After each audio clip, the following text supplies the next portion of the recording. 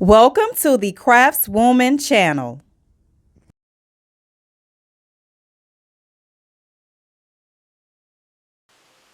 I'm going to be reviewing WAGS to Riches, Season 1, Episode 5 through 8. So I already did 1, 2, 3, 4, and 2 other videos. So I'm going to knock out the last 4 episodes in this video.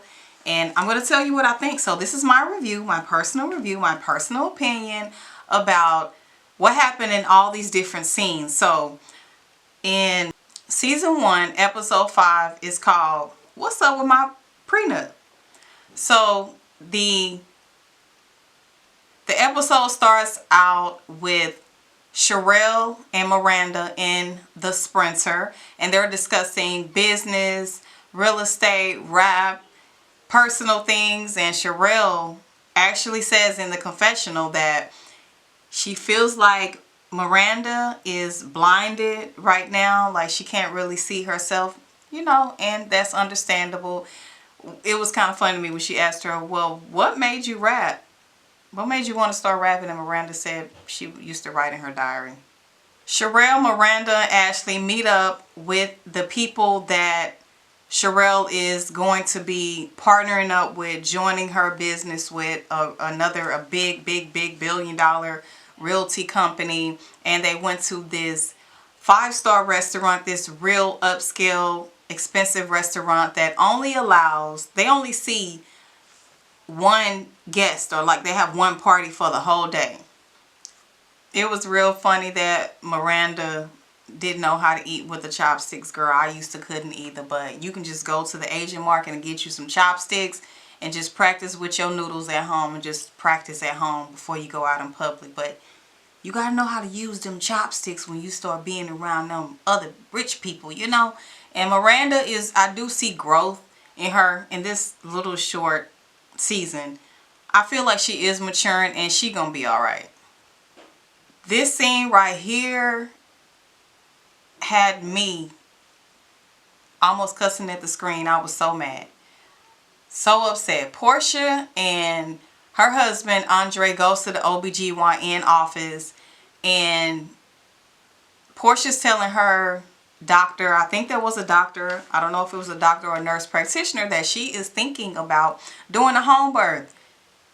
And the medical person just starts to talk bad about home births and saying that there's so many things that could go wrong. And Andre is right up there agreeing with the medical staff, saying that you could have a trail of blood. Let me tell you something. If you're healthy, you're low risk, you can have a successful home birth. There are more tragedies, there are more complications, tragedies, and mortalities that happen in the hospital.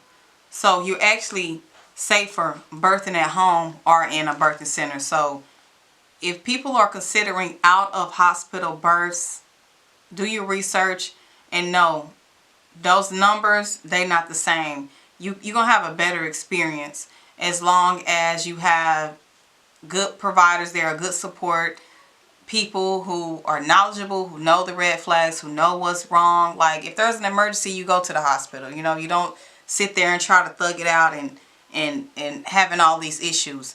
Home births are safer. And then Robbie and Sade, they go have fun on the water. Sherelle ends up having a party to celebrate her business growing and merging with the other company. This was interesting to me. Chad comes in. I believe he hasn't met this man, Robert, or maybe they have already met before. But he comes in and said, I effing love you, and kisses him on the side of his head. Michael Vick popped out. He came, he showed up. Sherelle apologized to Stoney. It did seem like it was pretty sincere to me. At the restaurant, Sherelle and Chad and their attorneys come and discuss their prenuptial agreement, and it got a little spicy. It got just a little heated because they had disagreements. Sherelle wanted a part of Chad's business with the nightcap show with Shannon. She said because they started that after they were together, and he was like, well, he won 25% of her realty company. She said, no, because I already had that business started before you. And then Sherelle actually added a $500,000 cheating clause. And Chad was saying, you don't want to get married. Those prenuptial agreements, conversations, problems, those are rich people problems. Regular people don't be having no prenups. They ain't got nothing. So it's real though. People do want to protect what they have, and people want to be fair. Of like, if you started something, we were together. It was just interesting that they wanted so much of the other person's company. It was really different. So then we go to episode 6 called They Not Like Us. Ashley and her husband Phil, they're in the backyard playing, like, I don't know if it's called tag football, playing with the ball. And then Philip, starts to compliment Ashley, and they, have a few words. So that was a good scene too. So Sherelle finally goes to her realty office. So we actually see her in the real estate office, and she announced that she's now becoming a land developer. Sherelle that's congratulations. You doing your thing. Alexis went on a date with the retired NFL football player. His name is Jonathan. I got his name this time. Former NFL player. And they discuss dating and marriage. And I like the way they're being just real. Alexis is just getting straight to the point about, how do you feel about dating and marriage and expectations. And I really like that. I really like them together. They seem to be getting along pretty good. It's in the beginning. You know how it is. You know how it be in the beginning of meeting people. They say you meet somebody's representative when you meet them, and it takes months for the real person to come out. So Ashley has a charity event for homeless veterans, and she invites a lot of the ladies, I believe maybe all of the ladies, so that they could come and shop and she could donate. Jules come in with a storm. Jules showed up and confronted Sherelle, and it got heated. She told Sherelle, which I think that was grown up of her, to just go straight in and confront her and tell her what you think. So she told Sherelle that you knew I had just had an abortion the same day, and you asked me the question about the kids. So that's why I told you, don't ask people when they having children. Don't do it, because everybody ain't having the same situation, but you never know what people are going through. Sherelle said that she had forgotten, and she didn't really believe that Jules had an abortion the same day, because she was making posts, posting herself with 2-piece thongs, as Sherelle said. And she said, well, you should have been at home on bed rest, which is rightfully so. So I don't know. Because I feel like if you've gotten something done like that, you would be bleeding. So I don't even know how you would have the energy and even the desire to go out in public to a dinner the same day you got a termination done. They got to arguing, and Ashley jumped in for her BFF, and Portia said something that was true and important, that white girl can get real loud and argue and all that stuff, and she will never be called ghetto. And then Lexi, Lexi be on the neutral peace and love, but she started to stand her ground. Lexi was like, people know who we are. And no, I don't want to be a part of any type of argument and drama. So if you're in my space and you're causing all this commotion, yeah, I'm going to ask for you to leave. And rightfully so, they rich. They rich. So they don't need the blogs and everybody talking about them. And they don't need no lawsuits. They trying to protect their money. Alexis and Jewel meet up at the bar. Lexi still stood her ground.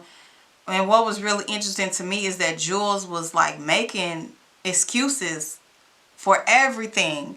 But why she got into a fight, she just make excuses and don't really, to me, it doesn't seem like she's taking accountability for her actions. It don't really matter what you do. You can't be going around just hitting people. It doesn't matter what type of day you have and all that stuff. You can't just physically assault somebody now. You can always defend yourself, but you're not supposed to just lay your hands on somebody first. And she was like, I couldn't hit her because she had my hair. And she made it known, Jules made it known that she's Puerto Rican and Italian when Alexa said white girl. She said Puerto Rican and Italian. I like how Lexi was talking about police brutality. Lexi, I know you. Yeah, so Jules gonna make the excuse of why she got into the argument at the charity event is because she had just landed from France. So episode 7 is called Standing on Business. Lexi goes to Stormy's boutique to discuss business. Lexi is helping Stony out with her business, asking her different questions and giving her advice. And I really like that they're coming together and they're trying to help Stony. And Stony is being honest about her business. It do be hard, you know. It is hard sometimes owning a business or a boutique, you know, any type of business when you don't have experience and also the capital. They go to a dance class and the prenup with Ashley asked Sherelle about the prenup, and she says that, you know, we can't agree. We're having disagreements, so they were talking about delaying the marriage. In this next scene, at Stony Boutique, Sherelle comes in with her friend, Fancy, who owns the other boutique. And to me, in the beginning, it seemed like he was hating on Stony. Stony was telling Lexi and the other people that Keita was there. You know, they were asking her different questions because Stony is on the search and looking for an investor to come in and help her with her business. She was saying that she has so much inventory in her garage where she can't even park her Bentley in. She made sure to let us know she had one of those. And she said that she has so much stuff that she just wants to sell it wholesale. And she wants to have someone to help her get that going. Fancy, Sherelle, and Stony go outside and have a private conversation. And this is when I think it changed a little bit from like hating to kind of help her. It's just his delivery was a little bit rude. But, you know, he was rightfully saying like you don't want to have the clothes that is not seasonal, basically, that's out of season. But that fur or fake fur or fall or whatever they call it, the fake fur that Sherelle had tried on, that was nice. But he was like, no, you know, we don't do the fake fur. And, you know, just trying to tell her how she needs to have everything set up. He's not a good teacher, coach, mentor type of person. But what he was saying seemed like it was the honest truth, good advice. But his delivery was just not acceptable to me. It should have been a little bit softer, a little bit nicer. Jewel invites Sade to an influencer dinner, and they sat down and talked a little bit, and then they went to the side and had a private conversation. And Sade even had to admit it, like, Jules, you always into something. And Jules had the nerve to call Sherelle a gremlin. Episode 8, It Takes a Village. The first scene, oh my gosh, I was screaming. I wasn't really screaming at my screen, but I was mad. I was blowing up. Like, I was so mad at this. Keita and her mother are in the kitchen cooking, preparing something, some type of meal. And do you know that Keita's mom was discouraging Keita from breastfeeding?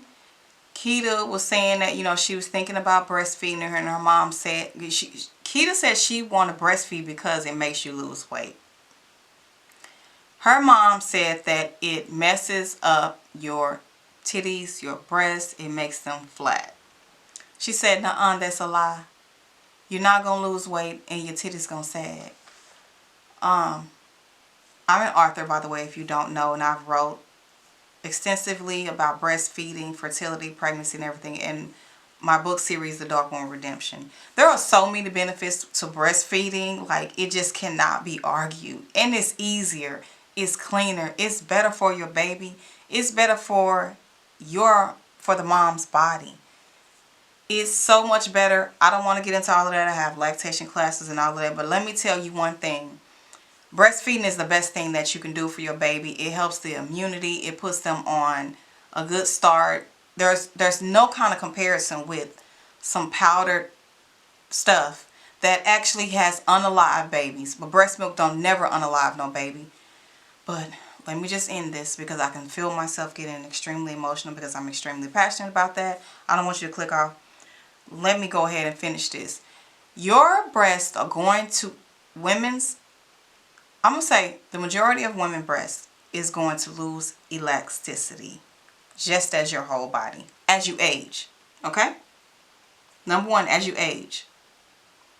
Aging can cause your breast to sag. Number two, pregnancy can cause your breast to sag. Breastfeeding is not going to do that. Breastfeeding is not going to make your breast sag. It's aging, it's pregnancy, okay? And anyway, that is such a vain reason not to give your precious baby the exact perfect nutrition that it needs. And Keita said, well, you're going to have to get your breast done after that. You know, this is the age that we're living in where people will cut themselves and do whatever to have that perfect body. But a lot of people are not talking about the side effects and the botched surgeries. We're not talking about that. And what about the people that lose their life on the table? Yeah. Lex visits Jonathan home. I think he lives in a condo, and they start cooking and talking about dating and marriage again. And I really like that. I really like them together. I just really think I like Lexi. I ain't never met her, but I think I might really like her if I meet her. Lexi asked Jonathan what are his non-negotiables. I thought it was interesting that he talked about what it used to be, but he said that his non-negotiable used to be a woman with children, and you know, he had a fear of they saying that the baby daddy always come back, and she assured him no, that's not gonna happen. And he asked her when was the last time y'all was intimate, and she said before the divorce, like 6+ years ago. So I don't know, like for him to say that, it makes me feel like maybe he is going to have a problem with her having children, or maybe he may have a problem with her relationship that she has with the ex-husband, because they showed the clip. I'm not going to say that they're close, but like she said, they don't hate each other, that they really co-parent, and every Sabbath they have dinner. Every Friday night, every Sabbath. And I knew it. I should have known when Amari Stoudemire came in with the hat on that he was an Israelite. And she said that we still have our religion. So she is an Israelite. She conscious. I knew it, Lex. They have a volleyball game. These athletes are so competitive. They all want to win. I like that Keita was playing. You got to stay active while you're pregnant. And she fell in the sand. Harmless. Trust me, the baby is safe in there. And they were, you know, coming to rush to her aid and help her. And so they said, you need to get at the back. But Keita was very competitive. And that's so good. You're going to have a good birth. Keep on moving.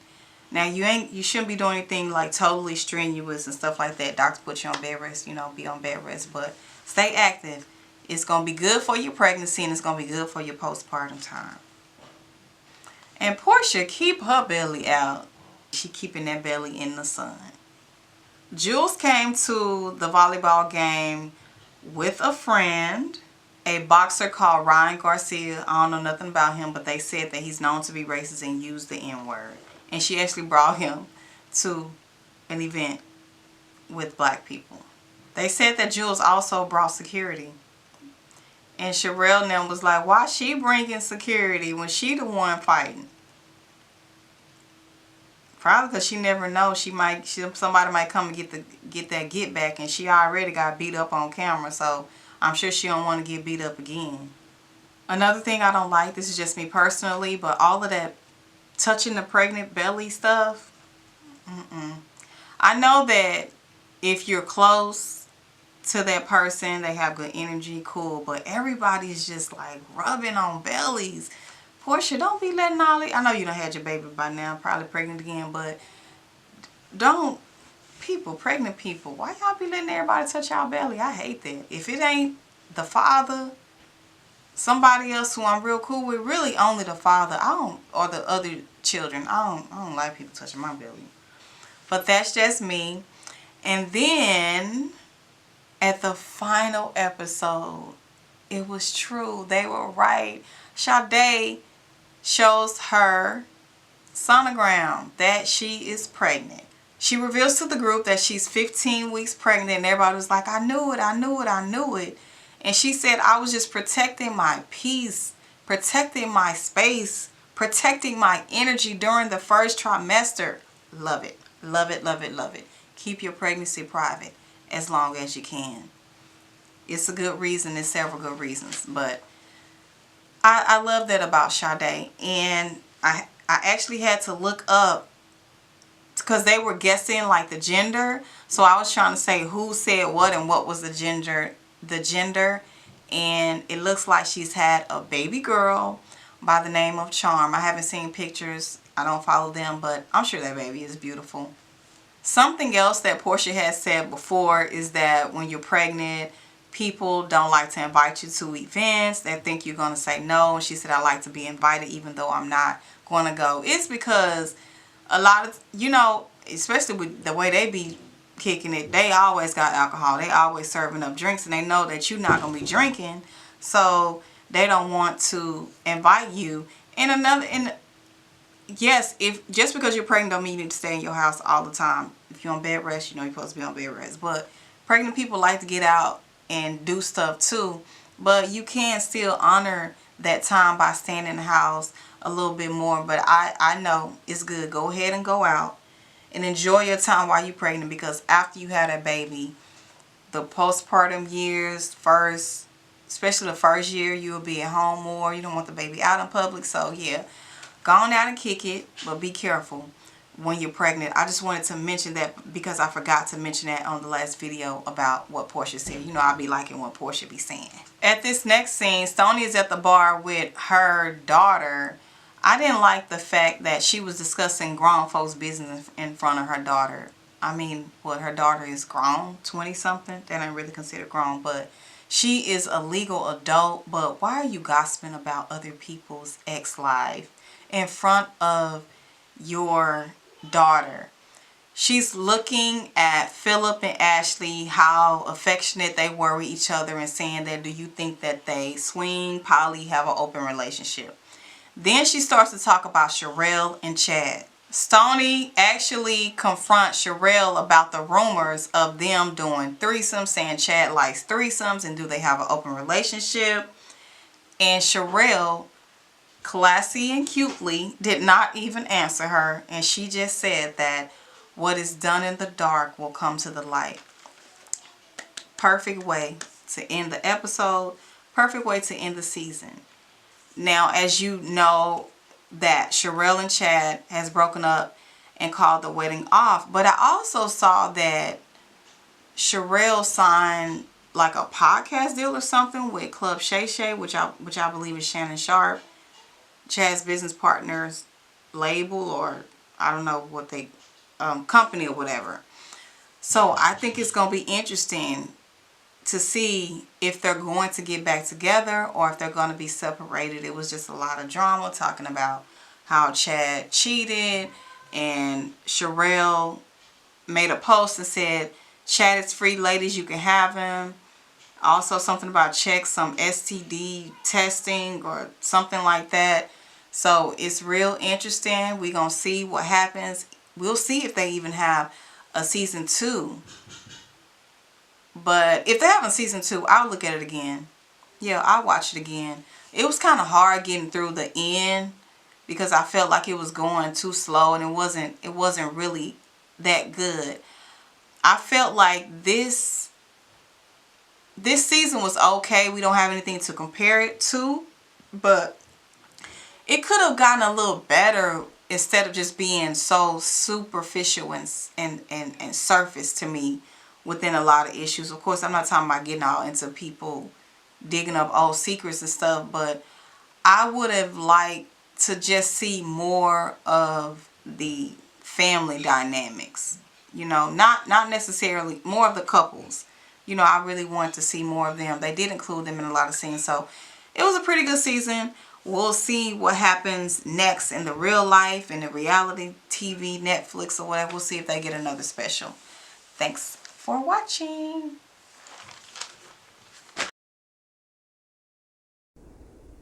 Thank you so much for watching. Please like, share, subscribe, and leave a comment. Let us know, what did you think about this video?